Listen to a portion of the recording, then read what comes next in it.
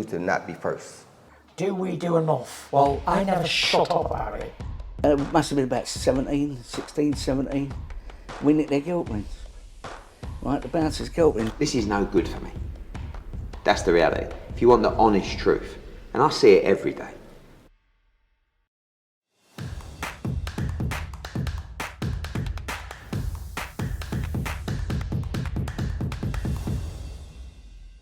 This is Umar for IFL TV. We're at your court immediately after a cracking fight between Dennis McCann and Ionut Baluta. Majority draw, a fair result, Frank?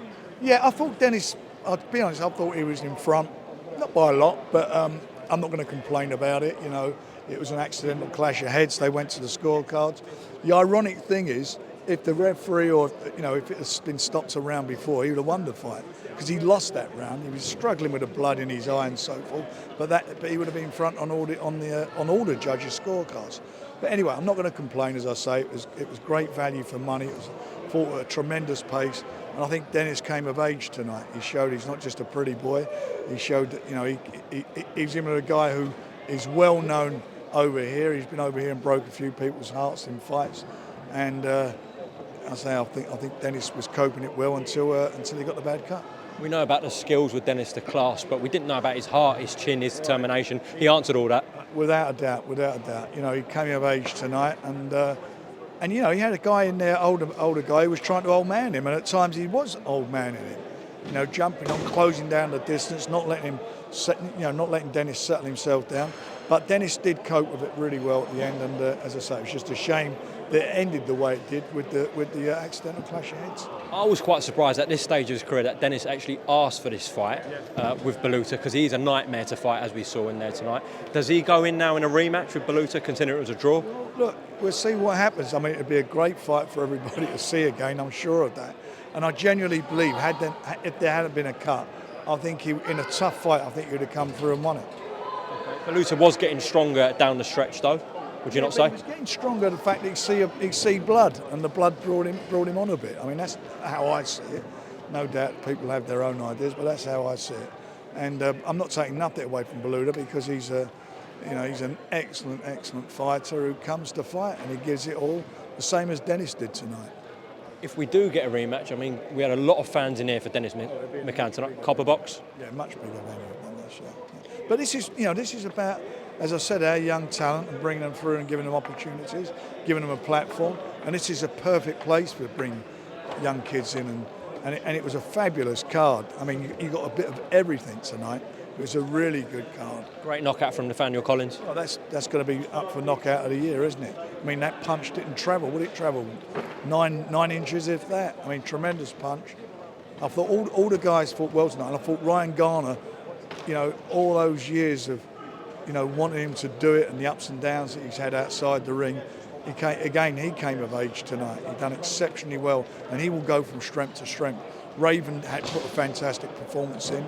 You know, I thought it was a really, really good night. Frank, a lot of things kick off in the heavyweight division. Obviously, next week with you guys, Usyk, Dubois in Poland, Zhang, Joyce 2 in September. Seen Joshua just fight a couple of weekends ago. Do you think he goes in with Deontay Wilder? I don't know, and I've got to be really honest. I don't particularly care. It doesn't bother me that much. You know, you asked me, was it last time we spoke, what I thought of the fight, and I gave you my views. If they make it, they make it. I don't think they will make it. I don't think they'll make it and get the money they think they're going to get. I really don't. They were talking about making another fight for AJ in between. And I think they're going to have a problem with that, because I think the public will be expecting more. Do you think he should have taken the fight with Tyson in September? He should have. That fight wasn't going to happen in December, and we all know that. I mean, if you go and check all the interviews that when you've asked me about this, I've not changed. I said what will happen. I said he won't fight in December. He won't be fighting Deontay Wilder in December, and I'm right. And he's not fighting Deontay in December. So he may as well have taken that fight. And at that time, nothing was done with Ngannou, and nothing was done with Dillian Whyte, because Dillian Whyte was screaming for him to fight him. There was nothing signed. Last one, what did you make of the situation with Alycia Baumgardner feigning a test? Well, I mean, what do I think about that? If she is guilty of it, then she should be banned. and she should receive a lengthy ban if she's a drugs cheat. Same as what happened with my guy Teti in the last couple of days. He's been banned as a result of. Do you know how long that ban is? I think he got a four-year ban with a year taken off because he's been out the ring for a year. But if you cheat, that's what you got to pay the price. Okay, Frank. What do I think about it? Go on. I mean, I don't know what happened. What I found, I've been banging on about this drugs-free thing, and for me, I'm told that they do not test for a few substances that VADA and UCAD test for, like EPOs, human growth hormone, which are banned substances, and that can't be any use to anybody.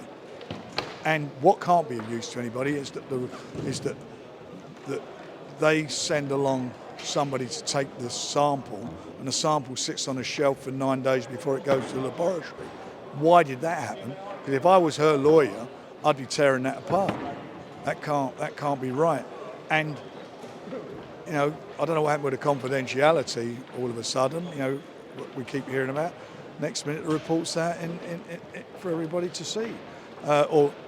And as I say, for me, we all knew that she was leaving Matchroom. She was going on to, I think she'd done a deal or was about to do a deal with Jake Paul. So who knows? At the end of the day, you cannot have promoters, i.e. me, or any other promoter, determining whether somebody should be boxing or not on the strength of a report.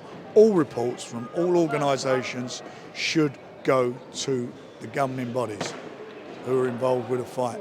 And on top of that, they should be testing to the standard of VADA and UCAD. And from what I understand, those tests are not to that standard. Frank, I'll see you in Poland next week. Safe journey. Not be first. Do we do enough? Well, I never shut up about it. It must have been about 16, 17. We nicked their guilt rings. Right, the bouncer's guilt ring. This is no good for me. That's the reality. If you want the honest truth, and I see it every day,